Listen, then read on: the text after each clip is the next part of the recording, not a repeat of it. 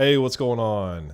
Hey, it's Cameron with Motion Science. Hey, we're going to get started here with a general Q&A today, but I need to know before I get started who that you can see me and you can hear me.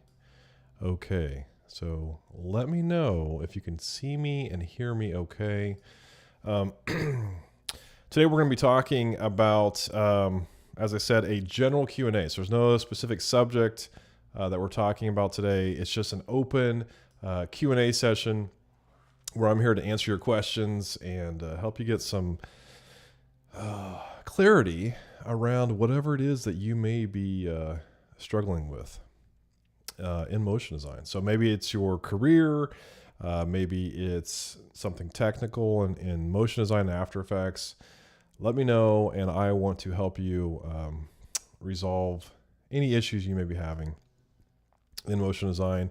For those of you who don't know who I am, my name is Cameron. I have been a motion designer for over 20 years, and I've been working in After Effects instead of a 4D.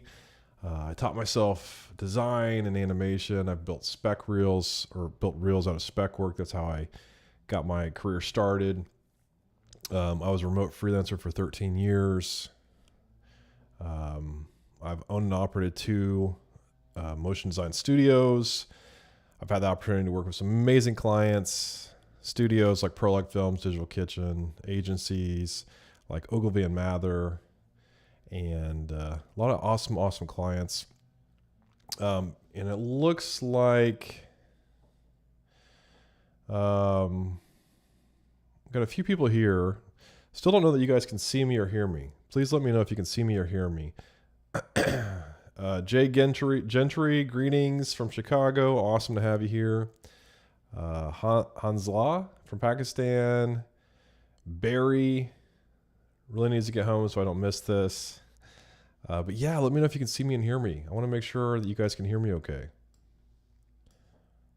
Yes, we can. Okay, thank you, Jay Gentry. I appreciate that.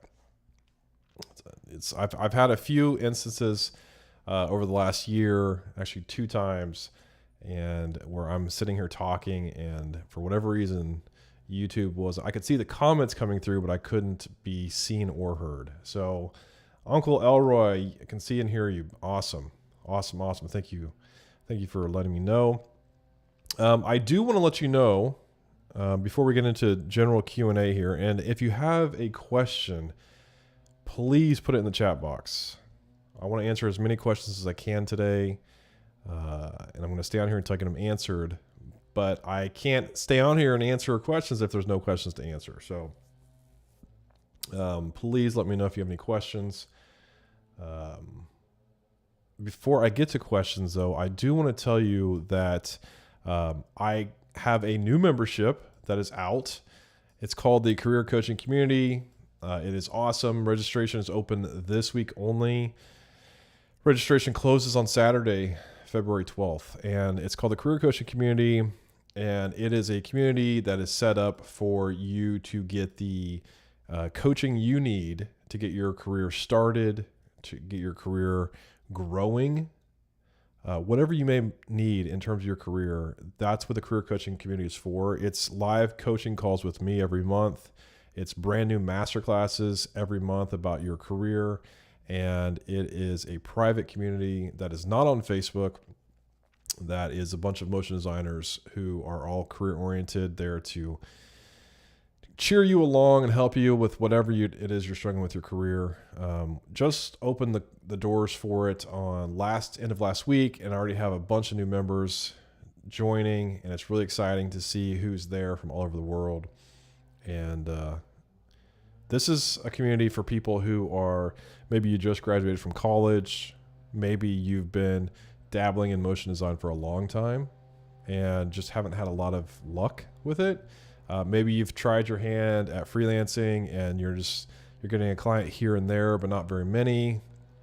It's great for that. It's all aspects of wherever you're at in your career. Even if you're not even started your career, but you're thinking about starting your career, that's what this community is for. It's a wide variety of people in here. And it's freelancers, it's full-time employees, it's people who want to start their own studios. It's all of that. That's what this coaching community is for, to help build you up in your career. I also want to let you know that I have a free workshop over at motionscience.tv/workshop. And I've got a guy right outside my window right now who's using the blower, and it's going to get really loud here for just a second. Hang on just a minute.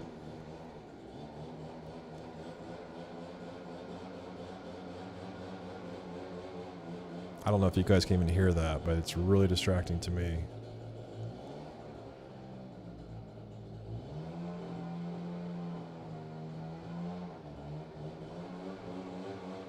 Really loud.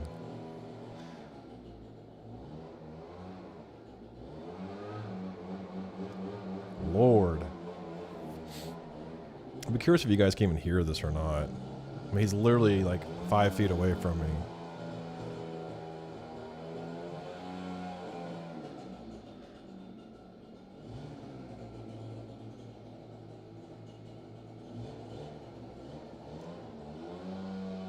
And there he goes. He's moving on.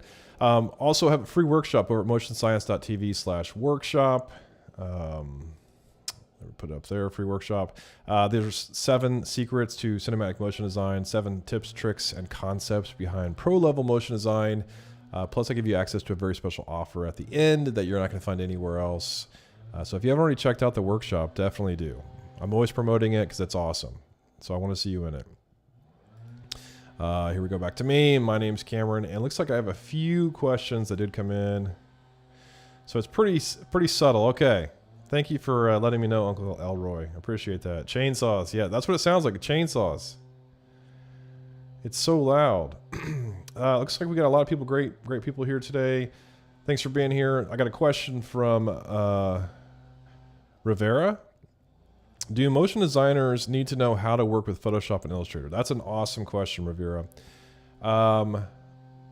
In general, yes. In general, yes. There's a multitude of reasons for that. Maybe you're getting designs from a designer who's passing off Photoshop files or Illustrator files to you that they need to be animated. That's a pretty common thing. So you need to know how to work within the two programs so that you can like break apart those layers, whatever they're sending you, whatever design they're sending you, you need to understand how to break that apart and then bring it into an After Effects in an ideal way to animate. So that to me is key. That is the biggest thing you need to understand about working with those two programs. Now, in terms of, do you need to know how to, paint in Photoshop? Do you need to know how to design in Illustrator? It depends like what you're wanting to do, right? And this falls into your career. Like, what do you want to do with your career? Do you want to be strictly animating? Then all you need to understand is how to break apart layers in Photoshop and Illustrator. If you want to know some aspects of design, then it's somewhat important that you do know the basic tools of Photoshop and Illustrator so that you're,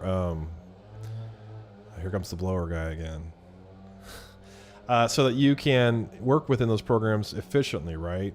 It's a bonus to a studio, an agency who hires you, who truly understands motion design. It's a bonus to them if you do know how to use the programs.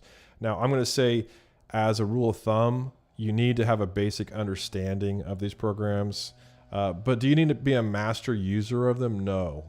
I believe that if you can master After Effects, or you're a high-level user of After Effects, as long as you can understand the generalities of the two programs of Photoshop and Illustrator, then you're perfectly okay.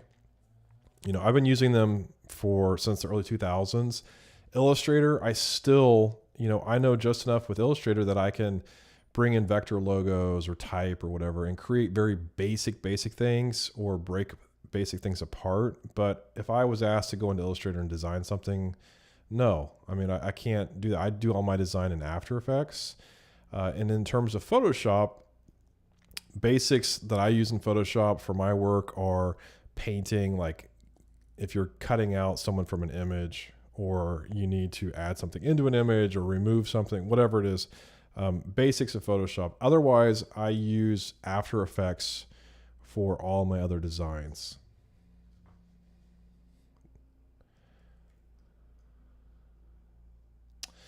Uncle Elroy. What is your view on 60 frames per second versus 24 or 30? Do you notice a difference in smoothness? Do you think it matters to the audience?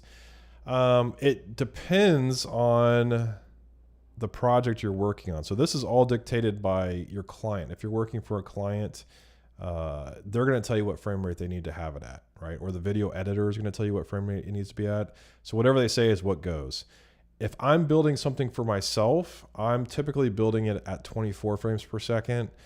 That is more cinematic. If you watch feature films in the theater or whatever, they're almost always at 24 frames per second. And that gives you that kind of cinematic feel, that cinematic motion. Also, when you're working at 24 frames per second, you have less frames to render. So if you're in After Effects, instead of 30 frames in a second to render, you have 24 frames. In Cinema 4D or any 3D program, that's a huge time saver because a frame could take a minute to render. It could take 10 minutes to render. And if you have to render 6 less frames per second of an animation, then that's a game changer.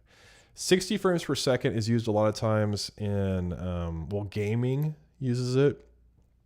There's also, videos and things like that use it. I'm not a fan. It creates that really smooth motion, and I just don't like it. I'm not a fan of 60 frames per second. So 60 frames is definitely more smooth. 30 would be next. 24 would be underneath that. But it really goes. It depends on the look that you're going for with your piece, and it also depends on your client, what they're dictating.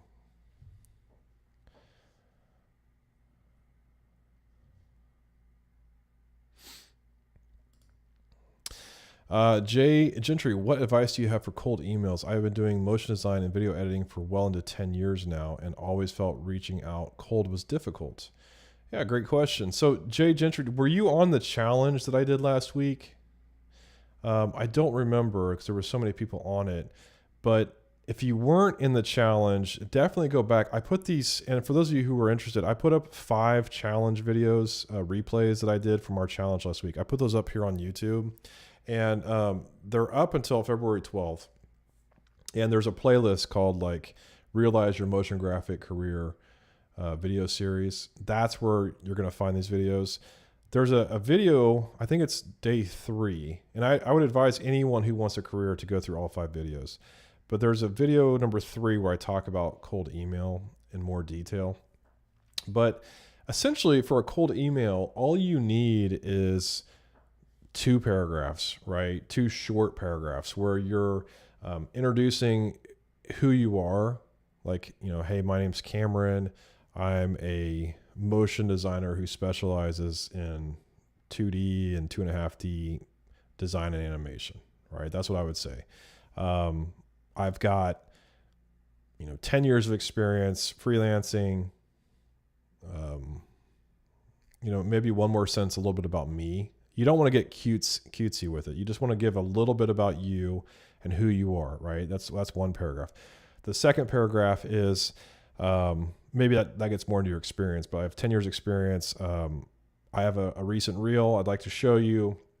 You link to that reel with a very simple hyperlink that launches your website, your very simple website, like a 1-page website where your reel, when you launch it, your reel is front and center. So as a creative director or an executive producer, when I click that link, I want to be taken to a page where I can see your reel and I don't have to search around for it. If I have to search around for it, I'm probably going to leave that page and look at my next email. So it's pretty simple. You can also end with hey, I'm available starting February 8th for freelance work. You also want to say in there things like, if you're a remote-based freelancer or if you're on site, let's say you live in Los Angeles in the US. If I lived in LA or New York, I would say, hey, I'm located in the city. Because that's, to some studios, that's a big thing. To others, it's not. When I was starting out freelancing and for many, many years, I had to state that I was a remote freelancer because I would get people interested in my reel and they'd be like, hey, we want to hire you. When can you start? And, how long does it take you to get to our office here in New York? I'd be like, well, I can start right away, but I'm in Kansas City at this time and I do remote-based work only. Oh, well, we can't work with you as a remote artist for this job. We'll keep you in mind for a future one. So if you're not straight up with that person and telling them, like, I'm all about transparency, right? Being very transparent in what your abilities are, what your availability is, how you like to work, but in two very short paragraphs. That will save a lot of headache. Also, creative directors, producers will appreciate that you are being transparent and straightforward with who you are and your availability and things like that. So also, I don't believe, like, I think it was during that challenge, someone said that they were sending out like thousands of emails a week or something like that. I don't believe in that. I believe in sending out a few emails a week. And that is because you have targeted, like for me, I wanted to work for studios, right? I wanted to work for post-production houses. And so I was very careful in selecting who I wanted to work for, right? I made a list of companies I wanted to work for. And then once I had that list, I found out who I needed to contact. And then I sent that person an email. I wasn't making just this huge random list. Like, you're sending your reel out to thousands of people. That tells me that you're not having a whole lot of career clarity around where you want to go with your career. So it's really important that you hand select those few studios you want to go after, or agencies or corporate companies, whoever they may be, and that you send just a few a week. And then you keep like a little simple spreadsheet or something, like, hey, reached out to this person, they responded, reached out to this person, they didn't respond, so I'll follow up in a couple weeks. I do believe in that, following up typically one time. If they don't respond after a second time, I forget about them. But I know it can be kind of intimidating to send an email, a cold email to someone who doesn't know who you are, but just have some faith, have some belief in yourself. And you never know where it's going to lead. And a lot of times producers share contacts. So you may apply to one company and right now they don't have an opening or they don't have a job that you're a fit for, but they could pass your name on to another producer friend that they have at another place who may end up contacting you. So that's happened to me a lot in my career, just out of the blue being contacted by studios saying, hey, we got your name from somebody and we want to see if you're available. We saw your work. So, if you're not, Jay Gentry, I can't remember if you're in the challenge or not. I have the career coaching community open this week. I have a masterclass coming out, and I think it's in 2 months, that talks about cold emails and things like that. And I give like templates out, like, here's a template you can copy and paste and put in your own information. But I'm also on these calls to help, we do live Q&As within the community where I will give you specific feedback on your particular circumstance.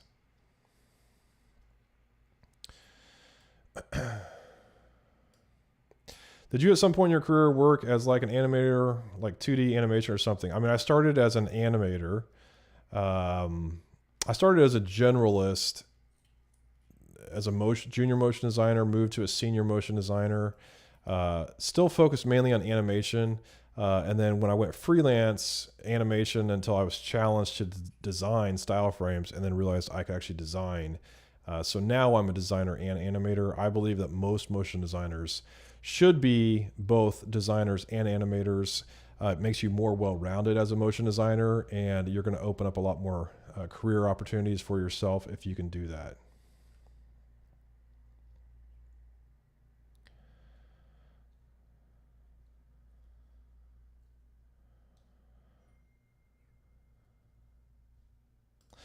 Uncle Elroy, what are your views on Nuke versus After Effects? So I've used Nuke maybe twice, in a very simple manner.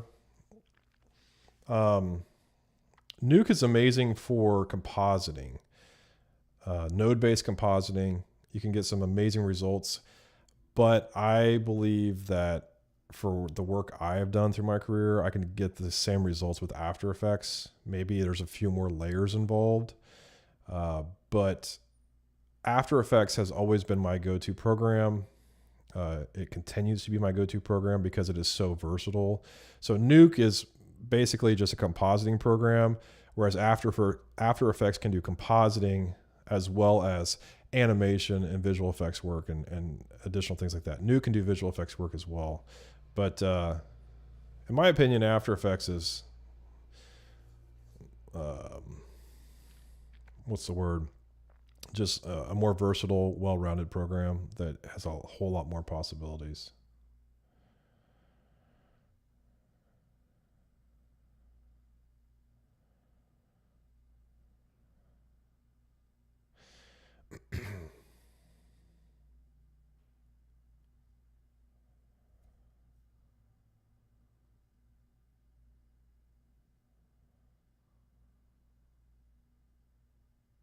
Hey, Lauren, what's going on, man? Gentry, yeah, definitely watch video number 3. And I would advise anyone who's interested to watch all 5 videos in sequence from 1 through 5 this week before they disappear. Hey, Larkin, great to have you on here. Uncle Elroy, have you considered doing a video where you critique or react to submitted reels of people's work? Yeah, so I do that in Stylecraft. So if you're part of Stylecraft, you're part of my Stylecraft community, and I critique work on what we call it Feedback Fridays. So lots of work people post in the community, and I do that once a month, and I critique your work and give you pointers. And what's cool about it is you get to see your work critiqued as well as many other artists' work critiqued, which is very eye-opening.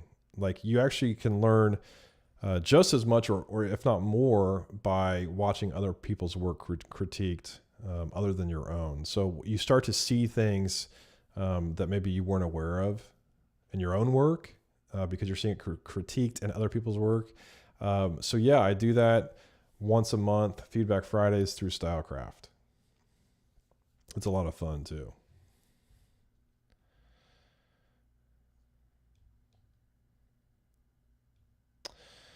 Yeah, and Jay Gentry, Nuke is more for specialists and AE is more for generalist designers. I would 100% agree with that.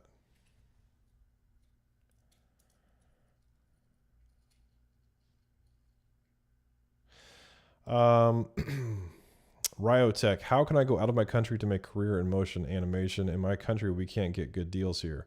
So I understand that. So why not go freelance, remote freelance? You don't have to leave your country. At least I don't think you do. There's remote-based work, and there are sites all over the internet for remote-based work that you can get. Again, like here I am in the U.S., and I'm in the majority of my career was in the middle of the U.S. in a city that did not have motion graphic studios. There was a couple of them, but they were small. And all my work was coming from the east and west coast of the U.S. and the UK and Europe, places like that. So I was able to work outside of the U.S. By just being a remote freelancer. It all comes down to having your reel, and you have to have a powerful reel, and you have to go after clients that are ideal matches for your reel. Right? So you want to create work on your reel that you want to show to potential clients who will pay you to do that work. And then they will see that reel, they will hire you, they will pay you, and you just keep replacing elements on your reel with better work, and your reel gets better and better. Hey, Onur, what's going on? Got any questions for me today, Onur? You always have a lot of questions. You got to have one for me today. Abraham, do you use freelancing sites like Upwork or Fiverr? I do not. To be honest, I'm not a huge fan of either one of those sites for motion designers. I do use sites like Upwork to hire. I've hired a writer on Upwork. I've hired a coder on Upwork. But what I found, especially on Fiverr, is that motion designers are not charging enough for what they can do, and it's bad for the industry, and it minimizes the talents that we have as motion designers. So no, I don't believe in using Fiverr. Upwork is better than Fiverr, but from what I've seen in my experience of looking for motion designers to help with projects and things like that, again, they're not charging enough, and it's just to me bad for the industry. So no, there's other sites that I believe in. And again, I talked about these on the challenge from last week. Glassdoor, Indeed, Motionographer. Motionographer is more for like high-end freelance design. But Indeed, Glassdoor, LinkedIn's a great place to find work. Instagram's an amazing place to find work. Working, Not Working, Creative Circle. Those are just some of them.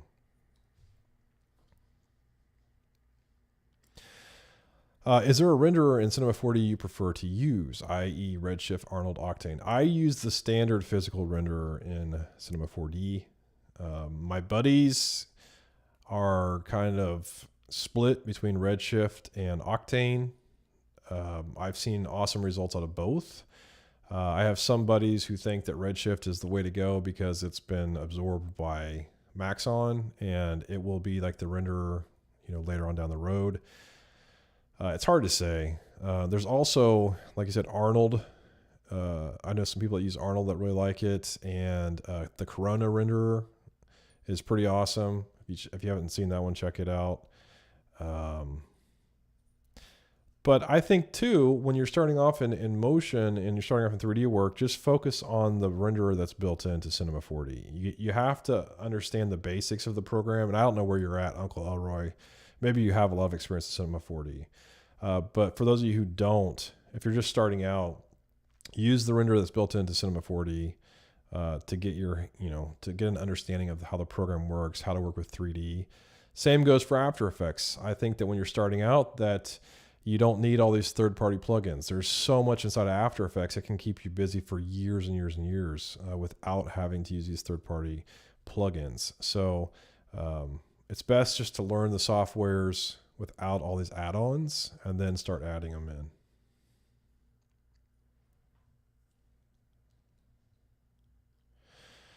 in. To tack on to what Abraham is asking, how do you feel about job hunts on social platforms? I think it's great. I don't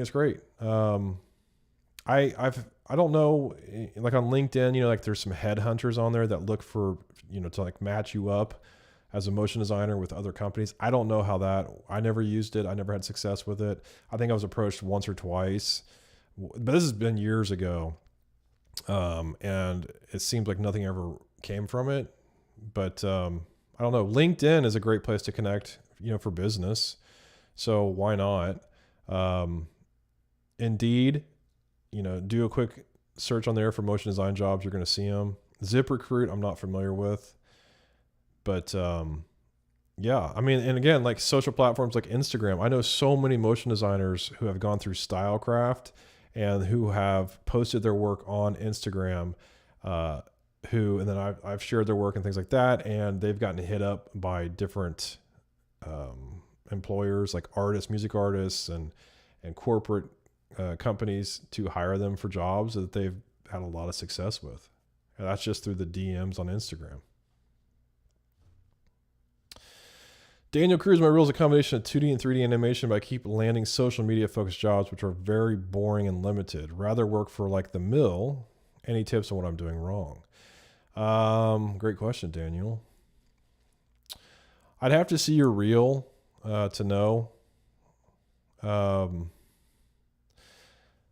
I mean, again, it's a matter of who you're attracting with your reel. That you're attracting social media focused jobs. I mean, I don't know if you're putting that out there, Daniel, that you're going after social. Like if you're posting all stuff on social media, like, hey, look at the social media job I just did, then you're going to keep attracting that. At some point you have to say, oh, well, I probably should stop posting this because I'm attracting this work, right? Like for me, if I don't want to do character animation, I've done character animation in the past. I don't ever put it on my reel or on my website because I don't want to attract more of that work. So you need to look at that. You need to look at what's on your reel. And if you don't have the right work to attract working for companies like The Mill, then you need to create personal spec work and fill your reel with that. I'm a huge proponent of personal spec work. Daniel, I mean, it sounds like you'd be a great match for the career coaching community. If you're not already in there, something to check out. You guys can go to motionscience.tv and you'll find under products, you'll find it at the bottom, or you can do motionscience.tv / career -coaching -community. It's not the best URL. It's not super easy, but, and I probably should have made something here with the link on it. Actually, I'll put it here in the comments. motionscience.tv / career. So it's spelled right. Coaching community. Again, the registration closes this Saturday, and then it's closed until next fall. So I want to help out as many motion designers as I can. And when you have specific questions like this, sometimes it's better for me to take a look at your reel. In fact, if you sign up, I have an offer. You get a one-time offer of sending me your demo reel where I analyze it, give you a video analysis of your reel and help you kind of pinpoint some things that you can adjust. So something to think about. But I would definitely look at who you're attracting and why you're attracting them.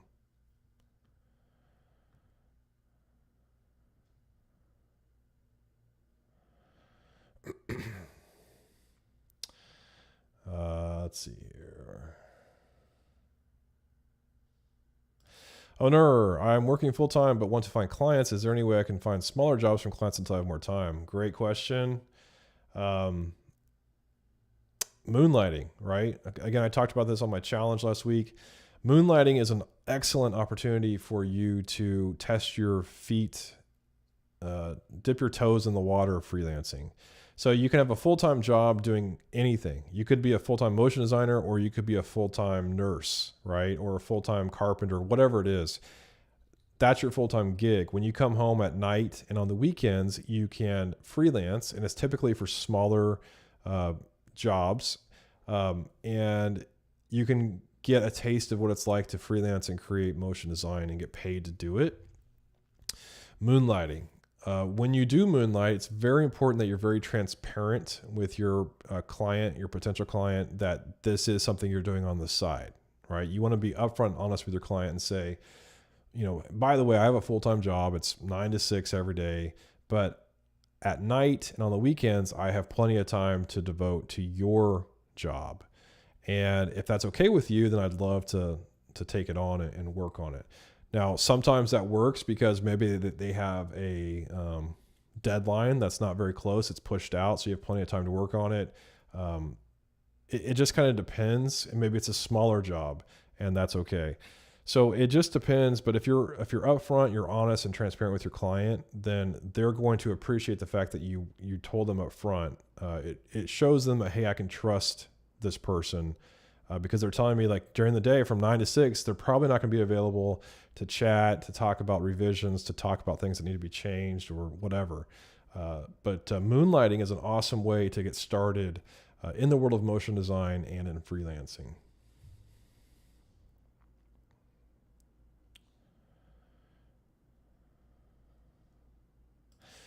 But why informative channel? Hi, can you tell us some tips to study motion graphics academically? I would 100% recommend motionscience.tv. If you're just getting into motion graphics, I have a course, a 3-volume course called After Effects Academy, volume 1, 2, and 3. That is awesome for people who either you've never touched After Effects and you want to get started. Maybe you know some basics about After Effects, but you want to go further into what it can actually do.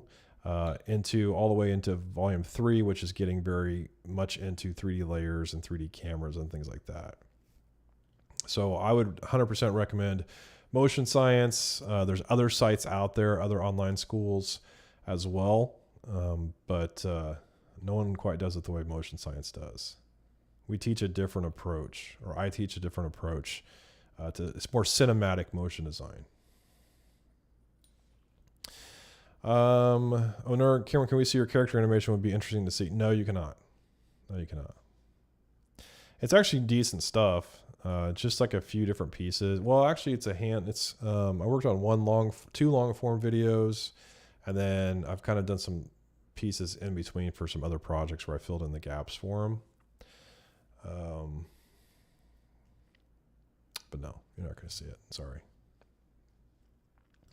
Barry, hi. What's your go-to for title inspiration? I love Art of the Title. I believe it's artofthetitle.com. That's a great website for title design inspiration. There's just so much there. I also get a lot of title inspiration just off Instagram. Because to me, title inspiration doesn't literally have to be from a TV show or a film. It could be just like on Instagram, you see a 5 or 10-second clip of a title of some sort in some type of motion design scene, right? And that could be inspirational enough for me to draw inspiration to build something of my own, right? So there's that. And then Instagram. If you don't follow Motion Science on Instagram, it's it's Instagram.com/motion science, I believe. I have a lot of boards on there that a lot of them relate back to title design. So lots of inspiration there.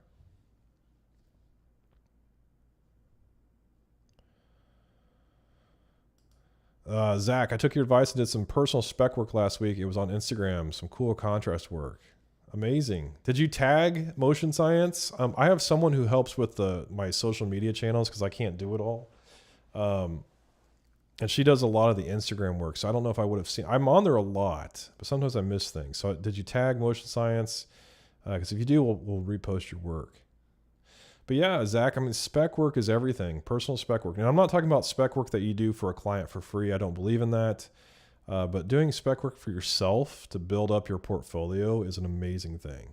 That's how I got started in motion design. That's how I leaped in my career every time. It took me 3 demo reels to go from earning $19,000 a year to earning $120,000 a year. And then I went beyond that. But it only took 3 demo reels to do that.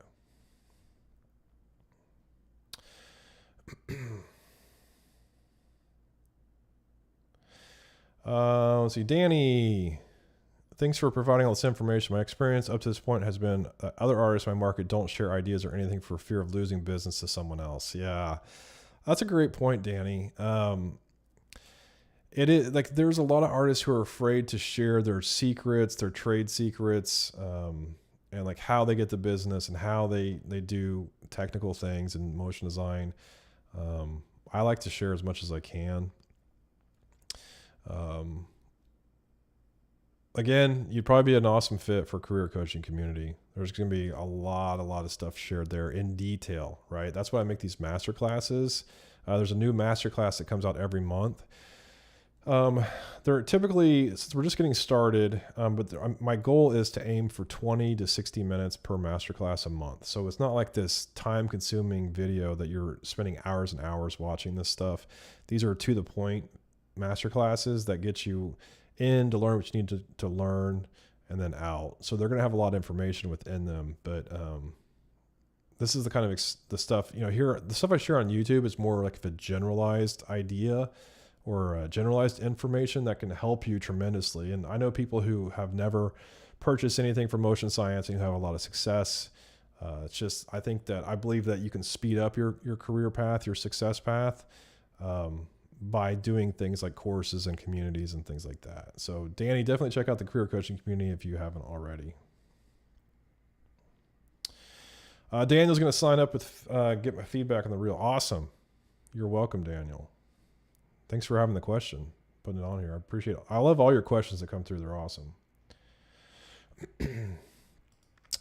Jay Gentry, what's your thoughts on adding a skill section to your resume? What to add, what to not add? So on resumes, in motion design, I don't believe that they're super important. When I had 2 studios, my second studio I owned, the first studio was just me and another guy, really small. The second studio was me and another guy, and we had 6 employees, I believe.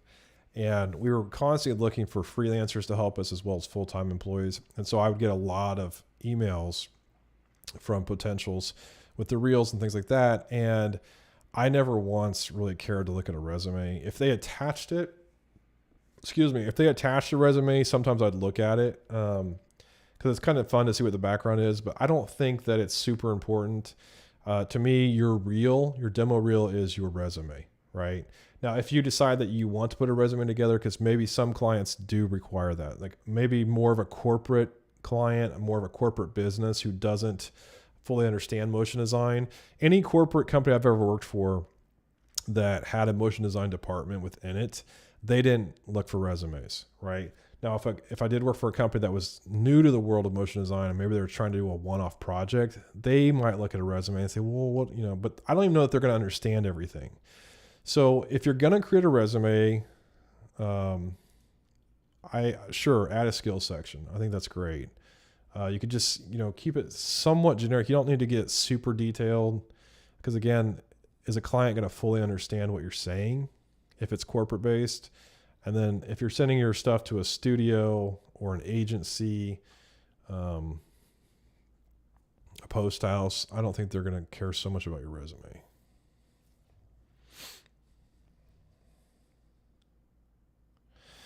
Don't know why it just clicked on that one. Can you tell your PC configuration? So I'm an Apple guy, and I'm on an iMac right here. iMac, it's an older one. Look it up here.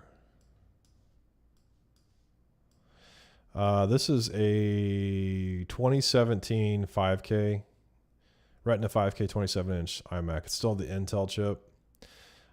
This computer has 64 gigs of RAM, and it has a 4.2 gigahertz quad core Intel Core i7. So the biggest thing with After Effects is you want the fastest CPU you can get, and you want as much memory or RAM as you can get. So like I have 64 gigs of RAM, DDR4, 128 would be better.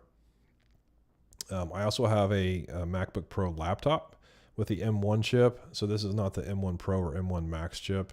And it's a powerhouse as well. So I will be upgrading. I seem to upgrade about every 5 years, sometimes longer. But with After Effects, if you have a really fast CPU and you have a decent amount of RAM, that's all you really need.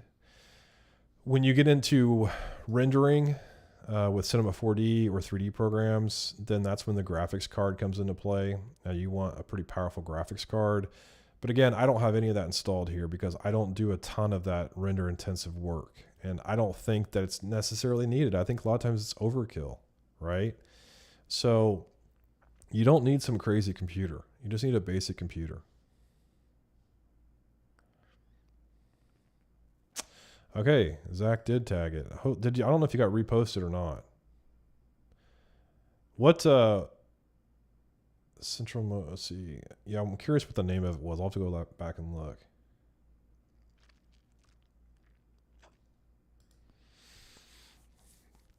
Is your AKA alias of Mr. Black because you usually wear black, or is it something darker? Ooh.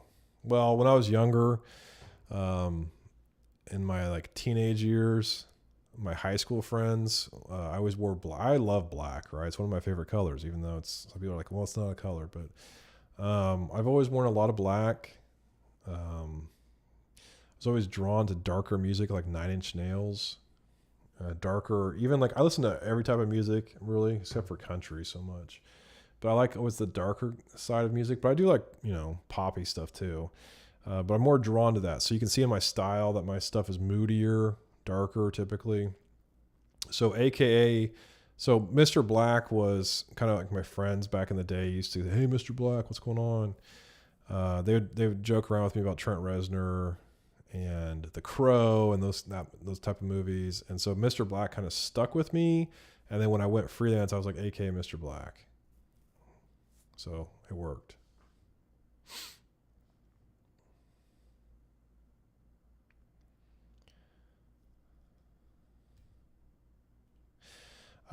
So Gentry, in your response to but my informative channel, so I would say, you said you look at School of Motion and Motion Hatch for other resources to check out, but Motion Science is GOAT. I appreciate that. Career coaching community is something that I'm still trying to explain to people, because everyone thinks of motion science as all about design and animation. But with career coaching community, this is what I'm trying to expand on into more of the business world in motion design. I've had a very successful career, and people often ask me, like, how did you get this career? Because I'm self-taught, right? I didn't go to school for this. I had to teach myself. When I started, there was no YouTube. I had to teach myself out of books. I had 2 books to study from, and a lot of it was just me practicing and teaching myself. And I got to a very high level position very quickly in motion design. And I was also one of the first generations to go into motion design. So I have a lot of information about how to have a successful career and how to speed up your career path, which is why I've started the career coaching community.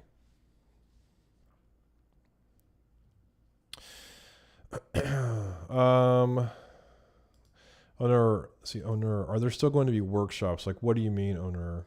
Like, in ProFlows, there's workshops.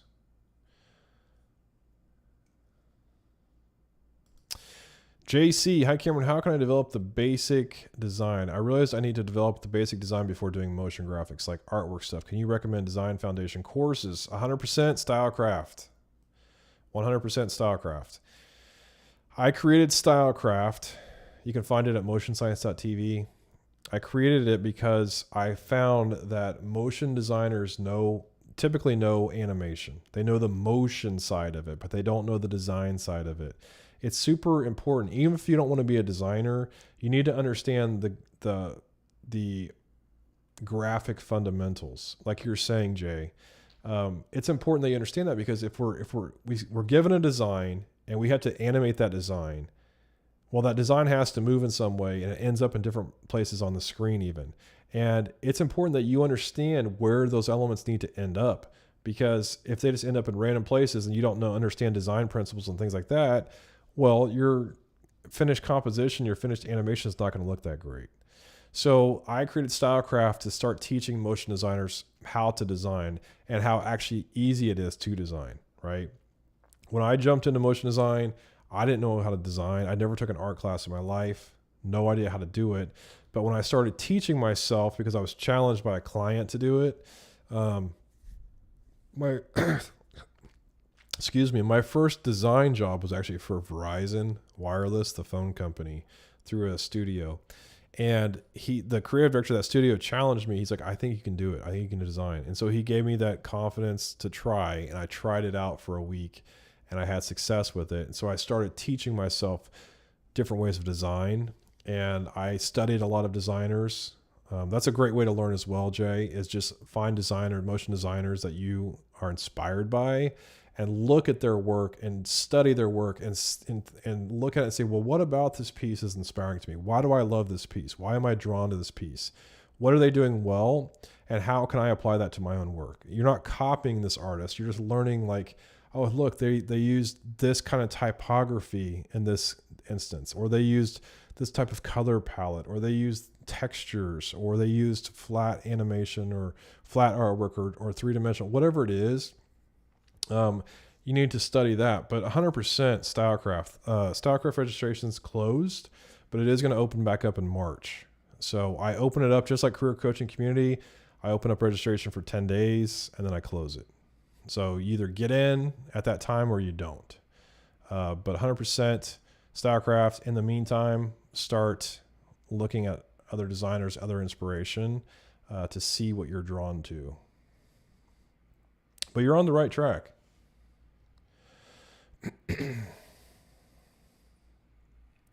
Hello from Brazil. What's going on? Well, guys, I'm going to wrap up this live Q&A today. Lots of great questions and all that. Well, here's one more question I'm going to answer real quick. Devin Mann, what do you suggest the best tool software to begin very good motion design, and how? So it doesn't actually start, like, you need to understand the software. Like, I would suggest After Effects. Okay. After Effects is more than just this basic flat artwork. It's so much more. After Effects is cinematic, right? After Effects is so amazing what you can do with it. So check out After Effects. But beyond just learning the software, start learning the principles of design, the elements and principles of design. Look those up. Go to YouTube, or here on YouTube for Motion Science. I have 2 videos, Elements of Design and the Principles of Design. Look at those, start studying those, and start studying other people's work to understand what makes up good motion design, and start practicing. That's what it comes down to. You have to practice. You can read all day long. You can watch someone else do their work all day long, but you have to put into practice yourself in order to get better at your craft. So that's how you do it. Daniel, thank you for signing up for the community. Looking forward to getting you out of your rut and helping you get there. It's amazing.